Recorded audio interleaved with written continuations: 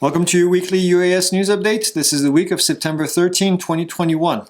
And this week we've got 4 topics, and actually 4 pretty heavy topics. And the first one, we're going to talk with Haya from DroneXL, and it's about Airmap. Airmap has lost their privileges to issue LAANC authorization, and this is a really, really big deal. The next thing, which is also kind of a big deal and makes me kind of sad, is Brendan Schulman from DJI is leaving DJI, so we'll talk about that. The next thing is a town in Ohio, Hamilton, Ohio, is planning to ban drones, or so it seems like, and we'll talk about that. And then lastly, we'll talk about some upcoming industry events and some that we just had this week, so we'll do a little recap. So let's get to it. And the first story this week, we're going to be sharing this with our friends at DroneXL, and Haya is here to visit us. So Haya, welcome to the show. Hey Greg, how are you today? Hey, doing great. So kind of a shocker, quite frankly. I know we've kind of talked about this offline this week earlier, but Airmap is no longer on the list of LAANC providers. And this is a shocker because a little bit of background before we get into the details. Airmap has been out there for pretty much since day one as a LAANC provider. So yeah. What were you able to find out on your side, and how did this even come up? Because you were the first one to report that information online yesterday.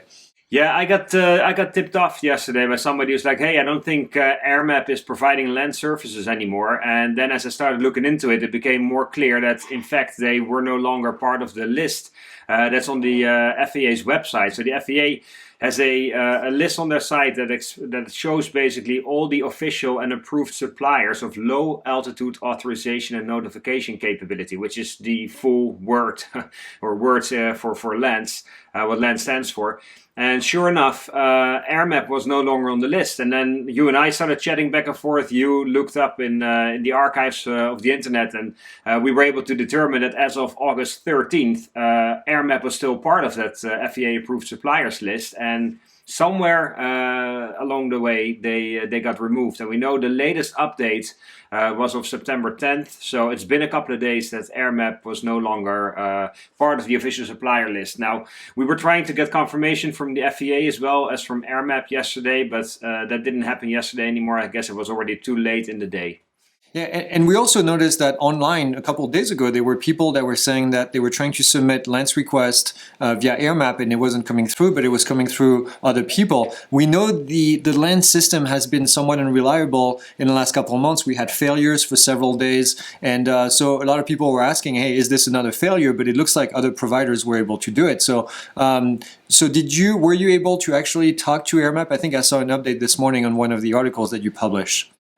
So I reached out both to Airmap and to the FAA, and I'll read their statements to you. They both responded, which was awesome to see that they got back to us so quickly. The FAA said literally that Airmap is not approved to provide LAANC authorizations to drone operators at this time. The FAA validates new and existing companies every year. Occasionally, a company is temporarily not authorized during the re-validation process to provide these services that allow drones to safely operate at low altitudes where other traditional aircraft also operate. So apparently there's a re-evaluation process, and for some reason Airmap did not get through. Airmap came back to us and they said that the LAANC authorization is temporarily unavailable via the Airmap application. We anticipate a resolution to this issue before the end of this month. We will follow up with an announcement when LAANC authorizations become available. Please follow the latest updates via the Airmap status page.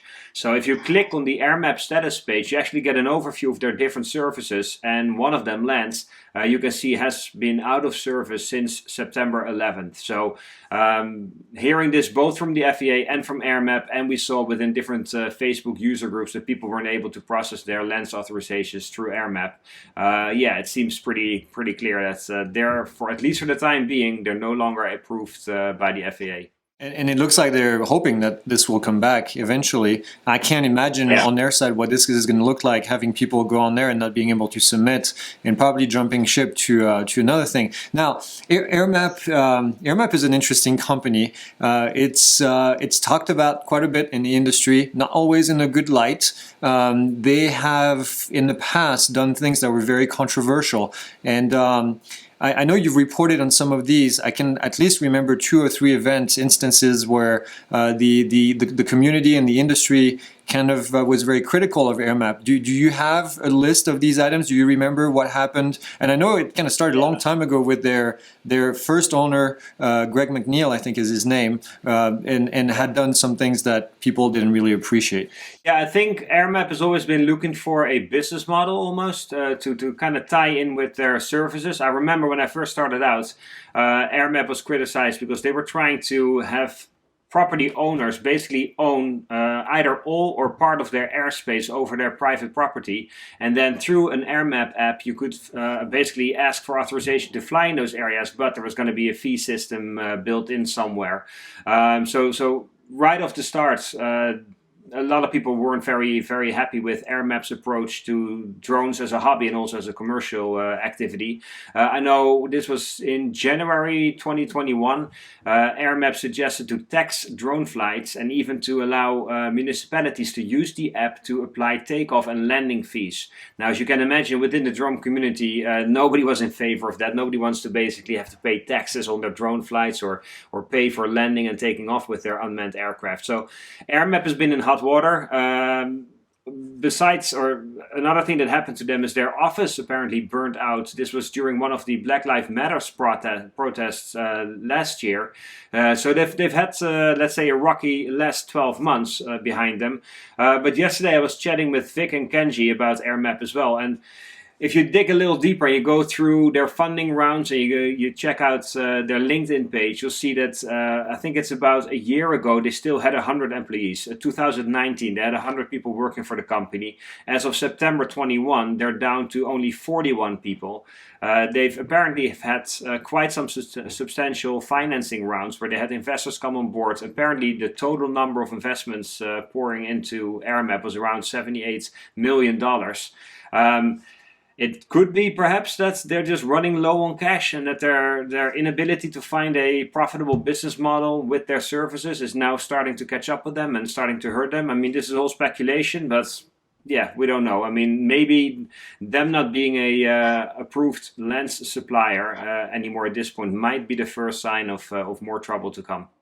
And this is a tough business model. For those of you that are listening and kind of wondering, you know, a lot of providers, when this first started, there were a lot of providers on that list, and then it's down to only a handful now that are providing services to the public. There's actually a lot of service suppliers that are providing their own services to their own company, but they don't offer the service to the public. DroneUp actually is on the list, but they're not providing something to the actual public. So Airmap and Aloft as well, which is the big competitor, you know, Aloft does more than 50% of all the LAANC requests in the country, and both of these are providing the service for free. So it is a tough business model, and one has to wonder, you know, how do these companies actually make money? So it is interesting. You're right. A lot of funding that has been raised, and this is kind of this is a new concept for the FAA. Okay, the FAA on the manned aircraft side, they're providing services, and they use a third party, but it's all.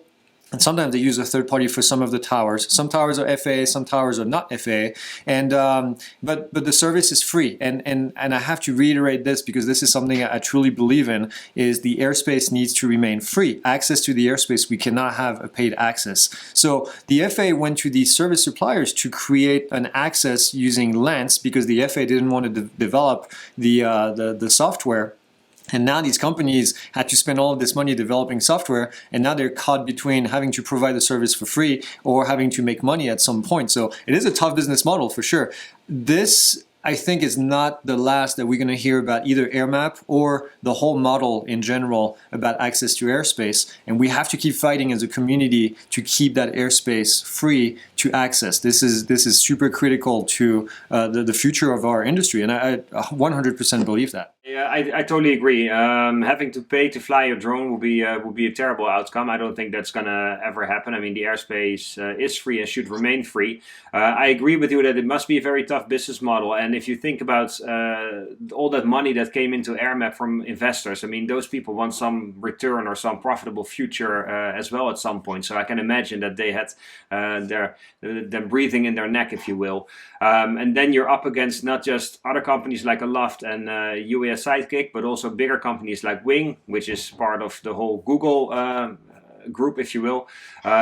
So yeah, competition is tough, and if you have to deliver and you have to be profitable and provide a return for your investors, and you're not able to, then I think you're going to start reaching and looking for different opportunities. And it seems that they may be running out there. And we saw Skyward actually. Skyward was also one of the free provider in the past. They've now switched to a fully paid model as well. So hopefully, if you need a replacement, by the way, if you need a replacement for Airmap, if you're an Airmap user and you can't submit LAANC requests right now, check out Aloft, which is also the company that does Before You Fly for the FAA. This is what we recommend in our course. They're a great provider. Actually, I know the people at Aloft. They're also great people, and they believe in this industry. So if you need to switch, this is a good alternative for sure. Well, Haya, thanks again for all the information. This is definitely a big surprise. I think this is going to have big ripples on the industry in the next couple of weeks. So hopefully next week we can talk about a status update and see what's going on with them. Sounds good. Thanks for having me on the show, and we'll talk again next week. All right, sounds good, Haya. Thanks. All right, the second thing this week makes me really sad, and the reason it makes me sad is because Brendan Schulman, who is the Vice President of Policy for DJI, is retiring from DJI to move on to a new place. And it makes me sad because Brendan has been a fervent champion for drone policies for the last decade, probably even longer than that. And I'm sad that he's leaving the industry. He's leaving the industry to actually go to Boston Dynamics. He's going to be their VP of Policy and Government Relations, and I cannot emphasize enough how much Brendan has done for this whole entire industry. He was a large proponent for pushing against the federal ban on Chinese drones. Now, you may say, okay, he worked for a Chinese company, but he had a lot of good reason. We had Brendan on the show, on the Pixel Drone Show, talking for over an hour. Always a very insightful person, very well spoken, and somebody who just did a lot. He was on the Drone Advisory Committee for many years. He actually fought very hard to make remote ID something that we now have, which is a lot better than what we were going to have in the first place. So he was very instrumental in making sure that some of these changes that were in the NPRM did not actually go through. He wrote a pretty long letter explaining why he's leaving. He did mention that the industry was getting very politicized, and it was a portion of the reason why he left. But he mainly said that, he's getting to the end of what he had started. He's been working on these policies for over a decade. He was able to put in place a lot of things. If you look at DJI's plan to have remote ID eventually into the system, to have ADSB installed on board, they had a big long list of items that they wanted to put in place for safety, and this is mostly because of Brendan and his influence. So he's getting to the end of that project list, if you want, and he said the next set of requirements for the aviation industry are going to take another decade, and he's not really ready to do this at this stage. So this is a good ending point for him, and I can totally understand what he said here. So now he's going to be moving over to Boston Dynamics, and I like what he said in his letter. He said, we'll have a discussion as to which of the robots is the creepiest, whether the one that flies like a drone or the one that walks like a dog. If you've seen the Boston Dynamic dog walking around, it's kind of amazing, quite frankly, the things they've been able to do for the last decade, actually longer than the last decade, but especially in the last decade, we've seen all these robots kind of come to life. Literally, they almost look like the real thing. So he said he's not leaving the drone industry completely. He's a fervent flyer. He flies recreational aircraft quite a bit, and so you'll be able to continue seeing updates from him, and I wish him the best. And I really do. Brendan has been a great guy. All right, the next story this week, not so good, coming from Ohio. Hamilton, Ohio, a town, is trying to make UAS illegal, or apparently it looks like it. They are trying to prevent drones from flying over property without the owner's consent. They're trying to prevent drones from flying near or over a crime scene.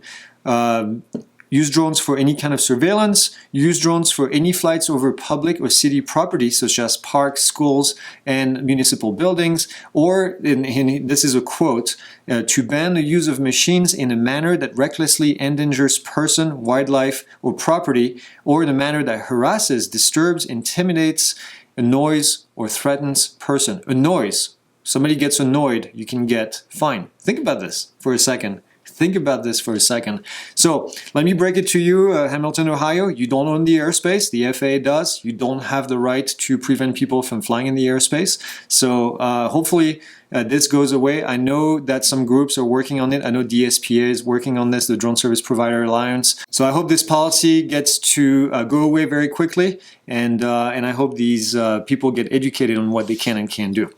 All right, next is upcoming industry events. Colorado UAS Roundup. This is happening October 17 and 18. This is in beautiful Buena Vista, Colorado. The conference is going to include demonstration, drone flying, regulation updates, BV loss, and then a lot of different emerging technologies. So you can find more information, uasroundup.com. The setting, by the way, in this area is amazing.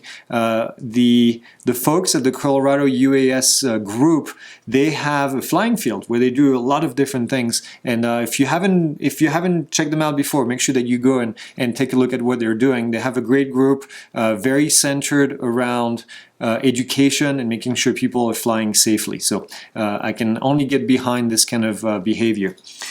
We also have, if you're watching this video on the day it's released, which is Friday, this afternoon we have an event for Drone Safety Awareness Week. We're going to be talking about how to use the NIST course if you're part of a public safety department. We're talking with drone responders, Charles at Drone Responders, and then we're going to be talking about the use of the NIST lanes and how beneficial they can be. So make sure that you join us. This is at 4 p.m. Eastern today on Friday as this video is released.